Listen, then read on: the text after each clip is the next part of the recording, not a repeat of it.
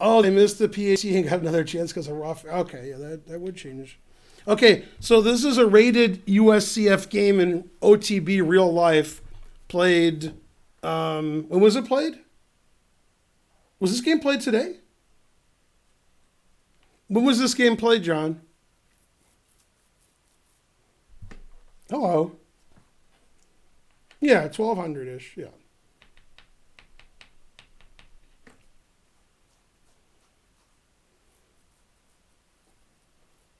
Come on, I asked you more than 9 seconds ago. Come on. When was this game played?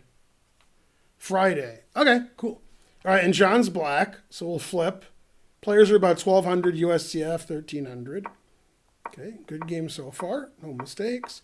Bishop d3 is a bad move because you don't want your bishop here hitting against the g-pawn. It's not that bad, but a grandmaster would probably put their bishop on e2 or play c4, knight c3. So it's not that bad. It's okay.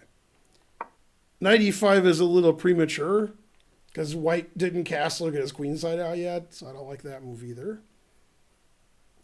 Black should definitely play c5 here. You want to attack the center, and your queen can get out, and your knight can get out, and your bishop can. So c5, you want to attack the center somehow, and it's not going to be e5. But this move's okay. c5, good, good, good. Yeah, b3 is really bad because you can't open this diagonal and weaken your dark squares like that. So white was afraid of c4, which isn't really a threat because the bishop just moves and it takes away the pressure from the center. Black wants to leave the pawn here, so he has pressure on d4. That's why he played b3. He played b3 to play bishop b2. So c3 is the right move here, just solid. Yeah, now black's better again. This says black's winning because we can play knight h5 and take. Yeah, exactly. You played the winning move, John. Yeah, now you're winning because you have this tremendous pressure everywhere here. Like knight e5 is actually a target. Now I want to show you something funny.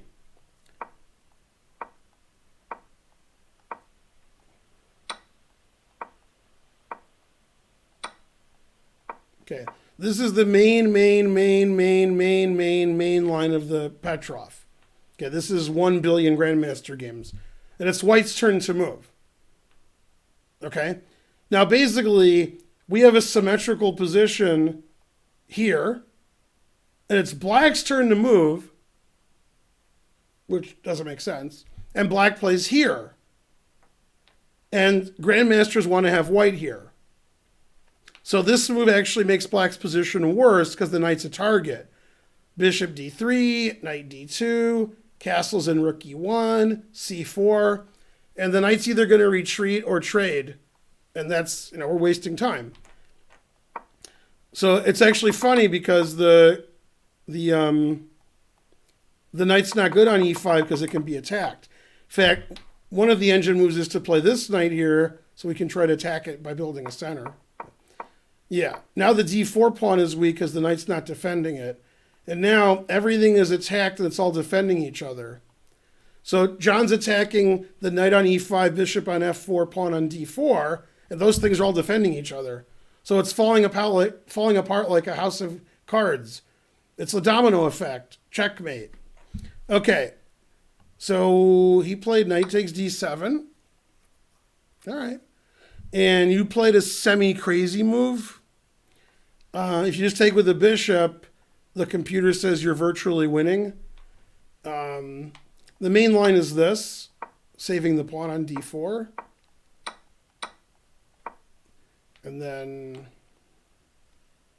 the computer just gives this pawn away. But if he plays c3 to defend his pawn, you can attack the pawn. And then you play e5, threatening the pawn on e4. And I mean, you're just rolling them over with e5, f5, e4, f4. Yeah, it's just terrible. You're still threatening everything. Okay, so bishop takes d7 was the best, but your move was the most interesting. So that's, yeah. And now the game makes no sense. It's just total insanity. So he has to take this, otherwise he's just losing. Okay, that's just a blunder that loses. Yeah. Better take a rook than a pawn. Yeah. And then Bishop h3 is okay. Knight h4 is better, threatening bishop h3. But this is okay. There's nothing wrong with that. Still wins. Queen f3 is correct. You could play knight takes e3 double check. And then when he moves his king, you have bishop d4 threatening his rook and his knight. And that's winning for you. What you did was also winning. So, man, it's tough because everything wins. Man. Didn't want to play f6. Very good. Saints win. Saints pulled it out. 30-28. Oh, they scored a field goal. They drove down the field in 40 seconds. All right, good. I did say the Saints would win. And now I think Denver's going to win, which doesn't make any sense. Denver and Oakland, two terrible teams, but Denver will win.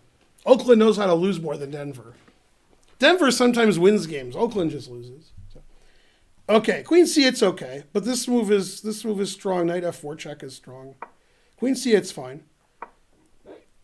King g1's fine. Knight h4 is fine. You could play aggressively with e5, threatening e4 and opening up, more pieces for you. That's fine. Yeah. Yeah, and queen g4 is bad because you don't want to trade queens or allow f3 losing all your pieces. So you could play bishop f6 defending your knight. But there's no reason why you want to trade queens anyway. So you don't want to play this move. Your opponent's king and rook are horrible. So bishop f6 just simply defends your knight. b6 is a very tricky move. He's attacking your knight, you attack his knight.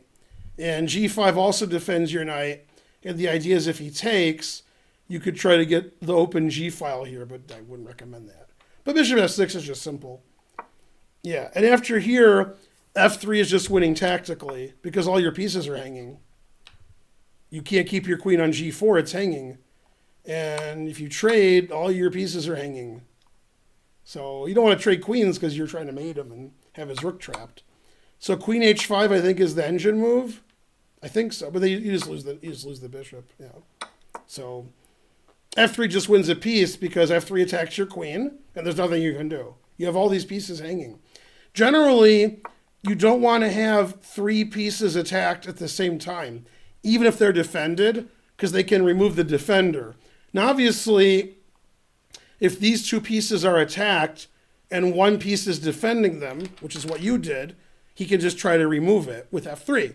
If you play bishop f6, you have two pieces defending two pieces, so he can't remove because you got two defenders. So yeah, that was a blunder. He traded, because always trade. Okay. Then he took on b7, which is risky.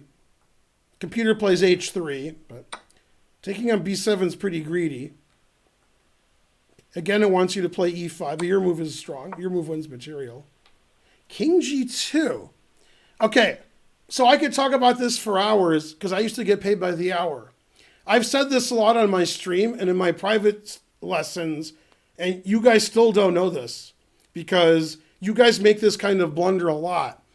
Often when you're losing material, which happens to you guys a lot, so you're pretty experienced, you have a choice like lose this or lose this. Earlier in the game, your opponent could have taken a rook or a pawn, and they took a pawn. Now, your opponent can lose the exchange or a piece, and they chose a piece. If you can lose a rook for a bishop or a rook for a knight, which is the exchange, I do that on purpose. I'm like, ooh, sack the exchange. Sacking a piece, you're just down a piece. So king g2 is nonsensical. After king g2, white's dead lost. After takes, white's a little lost because he'll be down the exchange. It's not a big deal. So this is a horrible, horrible blunder. That's the worst move of the game. Yeah, now the game is over. Black's just up a piece for nothing. So even if he plays badly, he should win. And I'm sure he did play badly, but it doesn't matter now. Up a piece. Damn, up a piece is good. Not sure why you played bishop h5 instead of bishop f3 check. Bishop f3 check, then you could take on d4. Like you have this open bishop h5. Come on, John, you check, then you take, and then you rip him open. Come on. Ridiculous. Didn't see bishop f3 check? Come on. Okay, bishop h5, bishop b5 is a nonsensical move that does nothing. Now we're talking. There we go. Now you saw bishop check. I mean, it doesn't matter now. It's like I'm playing Botez. I mean, you just take all the pieces. Always play king f1. d4 is good. Yeah, it's just taking pieces after pieces.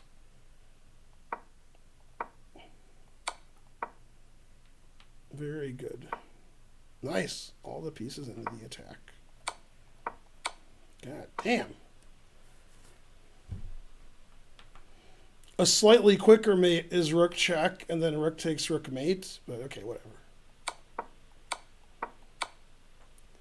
Also, you wasted energy by going here. You could play bishop d3, go 1 square instead of going 3 squares. Also, is bishop b1 mate? Yeah, that also goes 1 square. Yeah. Very good. Well done, or something. Let's see. Why did I lose the analysis? What happened? The analysis lines went away because you were 2 winning. Damn. Anyway, when you look at this game and you're told the players have the same rating, that doesn't make a lot of sense. Because black took all of white's pieces, and probably black could have improved at 3 or 4 points in the game to win more pieces. So in this game, black made one very bad move, queen g4, and the refutation of that move was f3, which obviously your opponent's not going to do because f3, and then you're going to lose a piece and still have some attack. So you might have still won. Your opponent's blunders were just, here's a piece, here's another piece, here's another piece, here's another piece. Yeah, and when your opponent could have taken a rook or a pawn, he took a pawn.